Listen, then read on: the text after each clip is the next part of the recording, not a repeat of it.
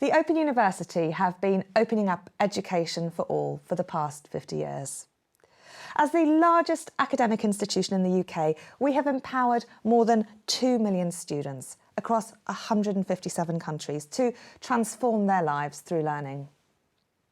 The mission continues today as we discuss blockchain technology with not one but two of the Open University's world-leading experts on this 21st century invention. I'm Karen Foley and I welcome both Dr. Robert Herian and Professor John Domingue in what promises to be a fascinating discussion. Robert, a senior lecturer in law, first became interested in blockchain technology 5 years ago and has since spoken and published widely on legal, economic, cultural and political questions regarding blockchain and associated applications such as smart contracts. And John is the director of the Knowledge Media Institute, and his current work is funded by a number of projects such as the £20 million UK initiative, the Institute of Coding, and the EU-funded QualiChain project. So John, could you give us all an overview of blockchain from a technological viewpoint? Sure. A blockchain is simply a ledger. It's a public shared ledger. And banks are very interested in this because all a bank is a ledger. Your bank balance depends on the income that comes in from whoever pays you and the outgoings that carry on. And banks spend a lot of time in reconciling their ledgers. So every night, all the banks across the globe will reconcile the ledgers for all the transactions in that day. A blockchain will save a lot of money because instead of reconciling many, many ledgers, each bank will refer to a global source of truth. A single global source of truth. Now, let me break this down into three main technical elements. The first is something called a hash. A hash you can think of as a thumbprint of a file. No matter how big the file is, if it's an image, a piece of text, or a whole movie, one can generate a small thumbprint of that is unique to that file. If you change any element of the file, the hash will change. And one cannot go back from the thumbprint to the file, so it preserves privacy. So a blockchain is simply a set of blocks where each one is connected to the previous one through a hash. This makes the blockchain immutable. If you change any data in the blockchain, the hash will break. So it's an immutable, trusted source. Each block contains transactions, and they also contain what are called smart contracts. Small pieces of computer code that can, in principle, represent financial and legal contracts. And without insulting Robert too much, when a blockchain runs, you no longer need lawyers in the loop. The smart contracts can represent the financial and legal agreements. The third element is that a blockchain is peer-to-peer. So in contrast to all the applications one uses on one's phone or a laptop, you're not connecting to a single database, for example, Google or Facebook or your bank. Instead, every main player in the peer gets a complete copy of all the transactions. So everybody can watch everybody else to make sure what's going on is fair and trustworthy. And finally, here's a web page where you can go to find out more about our work. Now, blockchain is not just about financial things. So I wonder if we could take some examples and think about the implications of those from, I guess, a computational and also a legal perspective. What's the best known example?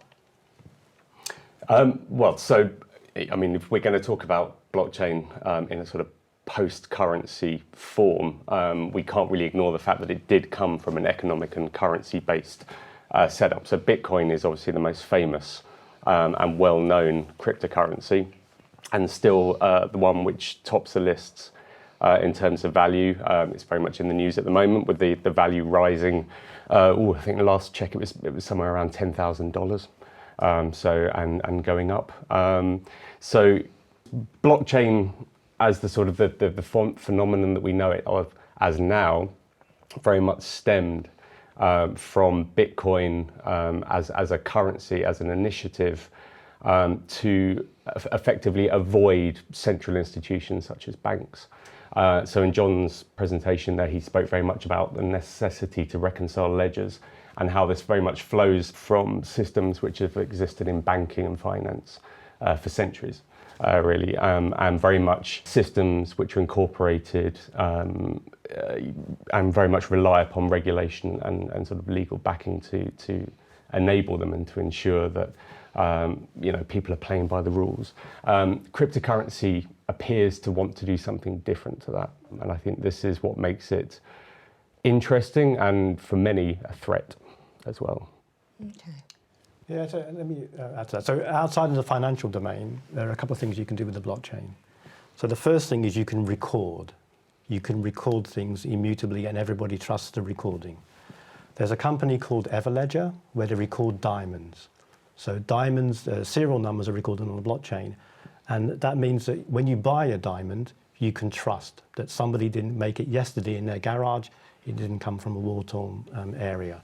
So there's this element that when you buy any expensive good, like a fur coat or a painting, the reason why you'll pay a lot of money for it is because you trust its provenance, where it came from. Another thing that blockchains do is they disintermediate. So you take out the center of any collaboration or process.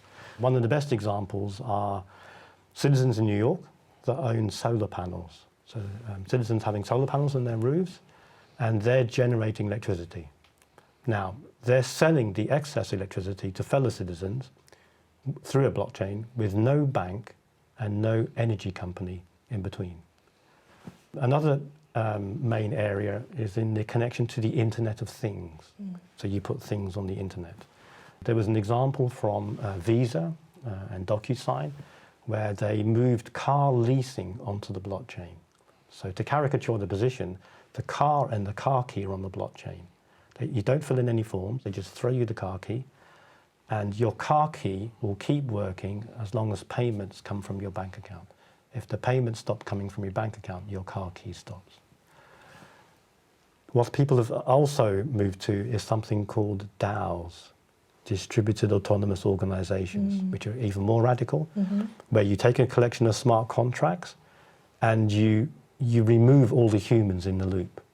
So you can have a company with no humans that's acting through the smart contracts on the blockchain. There was one called The DAO, which had at its high point $160 million worth of investment, which it was dishing out like a venture capitalist company, again with no humans in the loop. So this is very interesting because you've been speaking about dehumanising processes, and obviously to some extent there's an aspect there of having things perhaps more accurate, more contained, more controlled, I guess.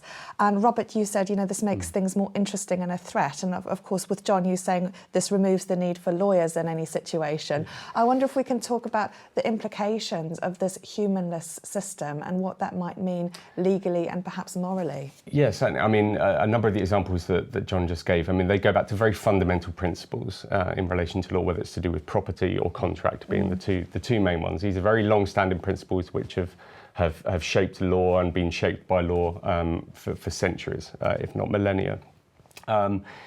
The idea that this technology will somehow come in and transform the way that we understand these principles, the way that they are sort of embedded in our everyday lives, is obviously a very radical proposition. It's also, I mean, I would certainly argue, and I've argued in my work, I think is a slightly unrealistic proposition, simply because, and one thing we can't really escape from this is the high degree of utopianism which exists in this technology and continues to pervade it.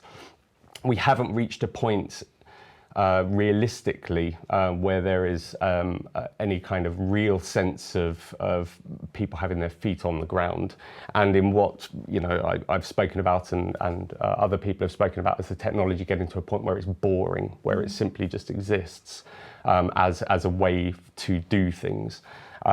So I think the idea of how this is sort of important for kind of humanity, I suppose, is that it's about sort of testing the limits of our understanding and our institutions and the way that processes are embedded in everyday life. So we can talk about property, we can talk about contract. When we're talking about citizenship, we can also talk about democracy. We can go everywhere with what this technology says it can do. and what it may do. I think what law ultimately does, and I respectfully disagree with John that it's going to remove lawyers. Lawyers have very much swept in, major law firms globally have swept in behind this to support a lot of what is going on here. I mean, maybe they fear for their jobs, or maybe they feel as though they have something realistic to say. But I think that the point being here is that the technology really could do something transformative. However, the sense that we can short circuit to a whole new form of way of life, I think is either unrealistic and or dangerous. Now, it's interesting, isn't it? Because you've mentioned the word utopian, and we've been talking about the origins and, a lot of the very positive things that this cryptocurrency offers. But that wasn't necessarily how it all originated. And, we've seen things like Bitcoin being used anonymously for transactions, buying anything from assassinations to nuclear weapons. So you keep coming back to this word trust, John, and I want to sort of come back to some of the threats that Robert was talking about before. How does trust then relate to this? Yeah, so when I think about trust on the blockchain, I always think about, well, what about the world today? So today, I have a bank account, we all have bank accounts, and that means I'm trusting all my financial wealth to some institution. I don't know what happens behind the scenes. I don't know what the IT infrastructure is like. Are they going to get hacked today or tomorrow? I have other systems that I use where my mortgage, maybe my social media, these things can get hacked, and they are hacked regularly. Now, do I trust having all of my valuable assets in one database, in one organization, or would I rather that was shared somehow? So I always encourage people to think about comparisons to today. Yeah, but there's also this moral responsibility. I mean, I like having my bank because I feel my bank will look after me. They have a legal contract with me to look after my money in a way that a dehumanised process doesn't. Yeah. I mean, there are three things to say about this. I mean, the first one that really needs to be emphasised here is this idea that the blockchain as an immutable system is really as secure as some people would like to think it was. So we have, for example, and John mentioned earlier, the famous DAO hack. That was predicated on what's called a 51% attack, where you can effectively take control of a blockchain. So certain actors, whether they be criminals or anyone who seeks to control a blockchain, can pretty much do so and steer it in whatever direction they would like it to go by simply assuming 51% control. It's much like you would see in a kind of a corporation, perhaps ironically enough, where you have enough sort of shares on a board that you can then start to steer it in a certain way. So that in itself is a very important thing to remember, because it comes back to this fundamental idea that blockchain is solving problems of trust that haven't been solved elsewhere in existing institutions, mechanisms, systems underpinned by law. And one of the other very important factors here is the understanding that when we talk about blockchain, we are often talking about either public blockchains or what are called permissioned blockchains, which are effectively private blockchains. If we're talking about public blockchains, which the Bitcoin blockchain was, then we kind of get to a more realistic discussion of what it would mean to transform trust, or to have some sort of very important transformation of trust within sort of moral communities and so on and so forth. If we're talking about permission blockchains, we're talking about enclosed private settings for which you have to either buy access or have some form of access right, which is not necessarily associated with the blockchain itself.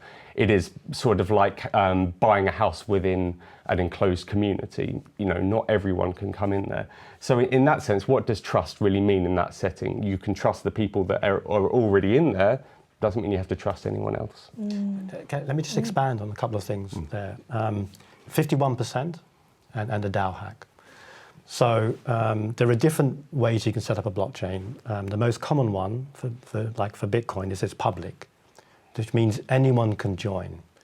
And the infrastructure is designed so even if bad players join, it will still work.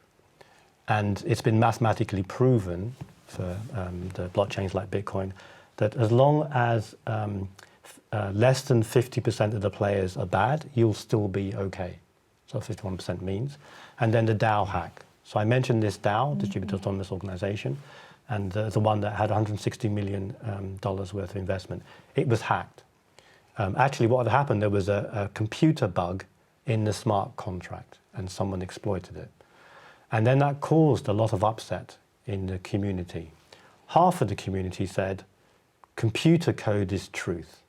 Just rely on the computer code. If it gets hacked, that's the truth, and we carry on. The other half said, humans are important. A human will intervene and fix it. And it was such a controversial argument that the community split into two. Computers are truth, humans are truth. So it's an interesting element that Robert brought up. Because, I mean, it goes into this whole next area I wanted to talk about, which is this whole idea around citizenship, governance and power, which are key areas in our title of today's discussion. And again, you sort of raised this point about humanless processes and the extent to which those transactional configurations can then sort of lead to some sort of citizenship or governance over things, and the extent to which they can have these anthropomorphic aspects to them, you know? Let me think about the world today, as I did before. So think of your online digital identity, which I mean your email address or any other address you have. I would predict that that comes from either your employer, the institute where you're studying, or a large tech company. So maybe it comes from Google or Facebook or somebody else. So your digital identity is controlled by somebody else. So through blockchain technology, there's a notion of self-sovereign identity because it's decentralized. And that means that you would have a digital identity which you create and is yours and is independent of any organization. So this can be used in a number of places. Blockchains have been used to give, for example, refugees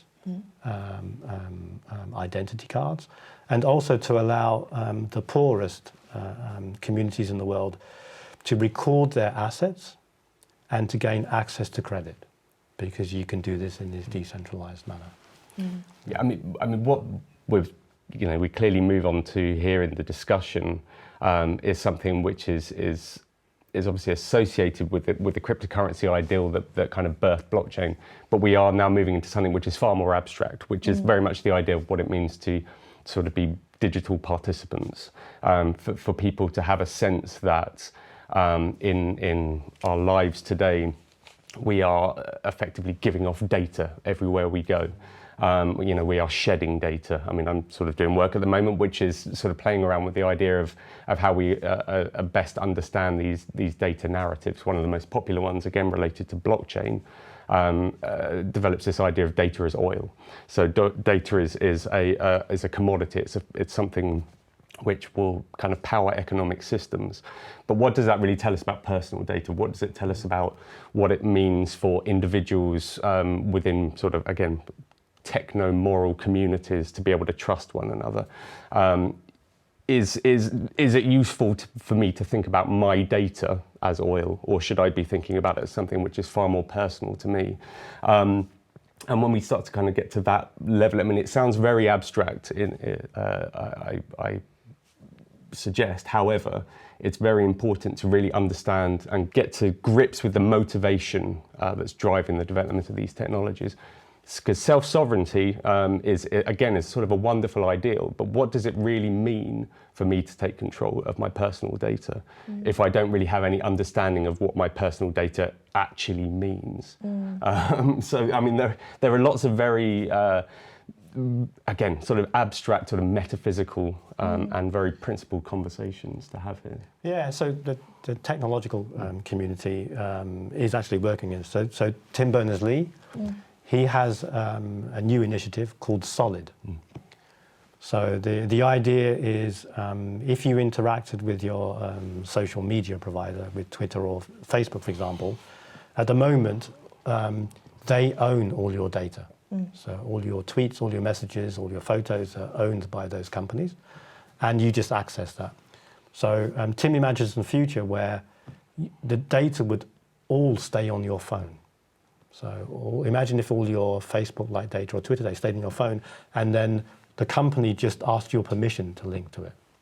Now, that would probably mean you'd have to pay because those services are for free, but they would never be able to give away or sell off your data without your knowledge because you would simply own and control that. Mm. And there are, sorry, I mean, just one other thing to kind of add to that, which is in a similar vein, there are other media organisations who are running kind of very similar ideas around the way that marketing and advertising is going to develop, and in terms of, again, the way that individuals have some sort of control or the sense of control, I would argue a fantasy of control over the data that they have, and how that data is sort of released to advertising companies, to marketing companies, in order for them to continue to advertise to us. I mean, it can be cynical. You can very quickly get cynical here, but I mean, you have to sort of wonder, because to go back to sort of an earlier part of our conversation, really around trust and really around this idea of disintermediation and decentralization more generally as a theme. At the end of the day, in many respects, we are talking about a sort of an environment built around blockchain, which is largely controlled by the major global institutions that blockchain was really always supposed to get away from. They've all come back into the game. So I might be being cynical, but why are they now interested in promoting self-sovereign data? You know, what are they getting out of it? This is I think is a very important, critical question to keep coming back to if we're going to have a real understanding. Not so much of what the technology is doing at the level of the technology, but in terms of what it is doing culturally and socially, and ultimately politically and economically. But this whole idea of self-sovereignty is interesting because, I mean, I'd like to start talking about Facebook now, which I think is a great example to use for a number of different reasons.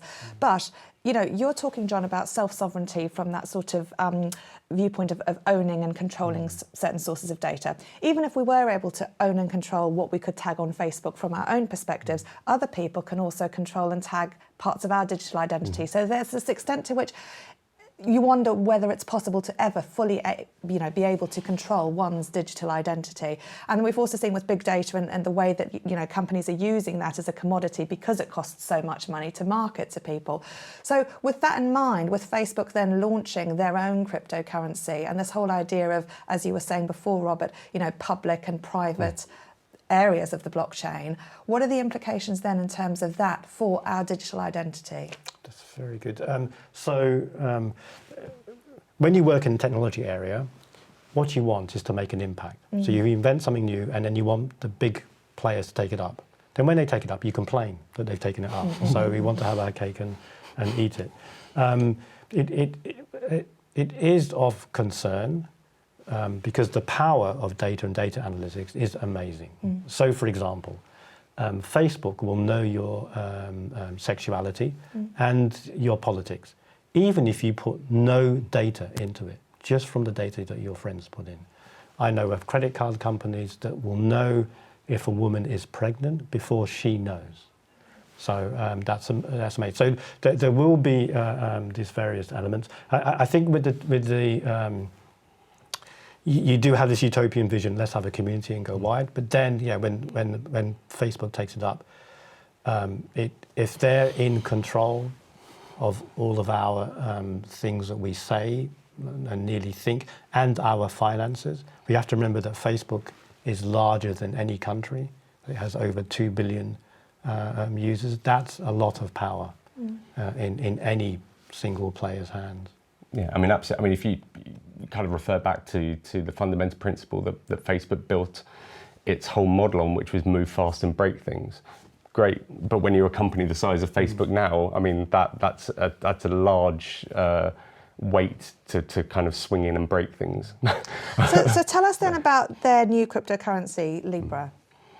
Well, I mean, Libra is a deliberate movement by Facebook to really start to own kind of the cryptocurrency story from here on. And I think Bitcoin has been, there are over 2,000 tokens or cryptocurrencies now, but Bitcoin has largely been the dominant story and continues, as I mentioned earlier, to sort of dominate the headlines as its price rises.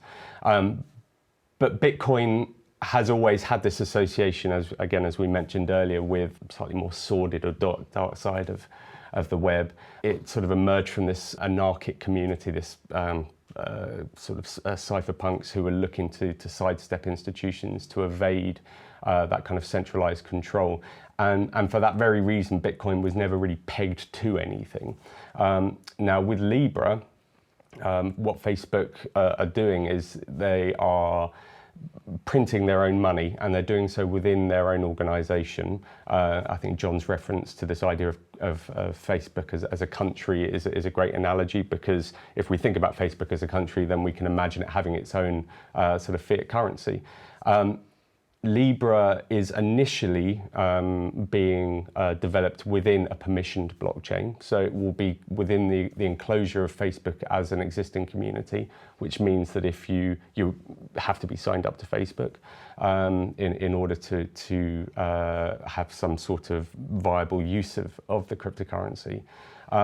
They are claiming in the white paper that was published a few weeks ago now, that their aim is ultimately to make it a public blockchain. Now we reflect on that, we think about what we've said so far. What's motivating Facebook in that sense? They are very much, they understand the power that they have here.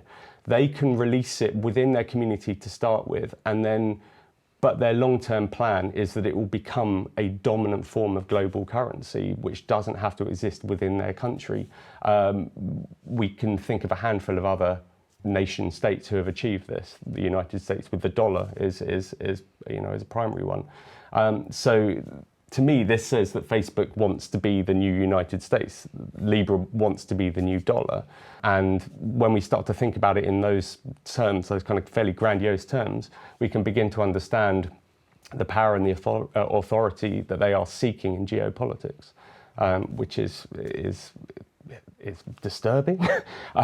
For some, it's going to be very exciting. I mean, it is sort of like watching the birth of a new frontier. I mean, it's sort of going back to sort of, I guess, 18th century and watching America sort of pull away from, the new world pulling away from the old, in that kind of sense. Yeah, so the way it will work is if you want to use Libra, you cash in your pounds or euros or dollars, and then you get some exchange rate with the Libra, and then you can spend it in whatever universe they have across the globe. And of course, there are some immediate advantages. Transferring funds across nation states is timely, can take a few days. This will be instantaneous. They claim that they'll be able to give credit to the poorest. But then, if you think about some of the controversies that have happened around Facebook already. If you think about certain images, so people complained about certain images which may be pornographic. And then Facebook were deciding, is this image pornographic? And then people argue about that. Now imagine that we have the same arguments about global finances. Are these finances going for something useful or not? And Facebook or the consortium around Libra are deciding. There's going to be a lot of controversy. And there's no government involved. These people aren't elected. They aren't represented. They may be deciding a major element of the global financial system. So in fact, just last week, US Congress has asked for Facebook to stop. Please just stop. Because if you read the letter, they're worried that if it goes wrong, we'll have a financial crash which will make 2008 look like something small. So you raise this issue of decisions being made by a country, such as who is poor, who deserves what, where finances should go, those sorts of issues that may be made on a political basis but are being made by a consortium of people. Clearly there are issues there.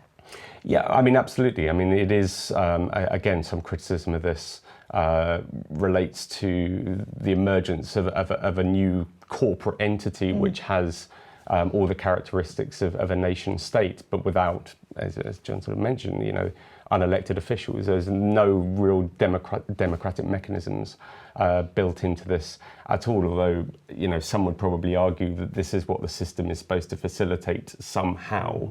But realistically, again, I come back very much to this very important feature of the Libra blockchain, which is that it will be a permissioned one at least to begin with. So people will be enclosed and they will be expected to play by the rules which are set out for them. And just the sheer volume of currency which can be generated and across the globe and the power associated with that is, without any sort of democratic or public oversight, is incredibly worrying. And so therefore, I mean, it's clear that, I mean, Maxine Waters, in relation to the US Congress and the committee on finance committee who have asked for a moratorium on Libra, have been, they've been very blunt about, please don't do this because we really don't know what's going to happen. And go back to this again, this idea of Facebook sort of moving fast and breaking things. We had a sort of a sense of what would happen in the world if the financial system gets broken in 2008. As John says, this could be a drop in the ocean compared to what happens if Libra goes horribly wrong. So something emerging from the crash could result in a similar outcome. The irony is there to be noted. Yeah, and I think the reason why Facebook are going into this, so there's all the power they can do just from your photos and posts. So imagine the power of someone that does analytics over everything you buy as well. So I'd like to draw this back to the Open University and consider the context from a distance learning provider for whom our students' records are all largely digital. What are some of the implications then in terms of blockchain? Yeah, so in fact, the first reason why I got into this in 2015 was from an OU point of view. And now there are European and global initiatives around accreditation. So taking all the certificates that students may gain, generating micro-accreditation. So for practically everything you do, we would give some sort of badge for that. And the students, unlike today, would be in complete control and would own all of their accreditation. So then the students can have a lifelong learning record across all the institutions they study with. So they may study at the Open University, they may do some corporate training, they may study with a MOOC platform like FutureLearn. They control that in one place. And then you can think about adding analytics on top of that. So we've been building some systems where as a student you gain your accreditation and you gain skills, the system automatically maps those to online jobs. So it's hunting for jobs for you as you sleep. And then you can say in the morning, here are some jobs you're now qualified for. And by the way, here are some jobs you're nearly qualified for if only you took those courses.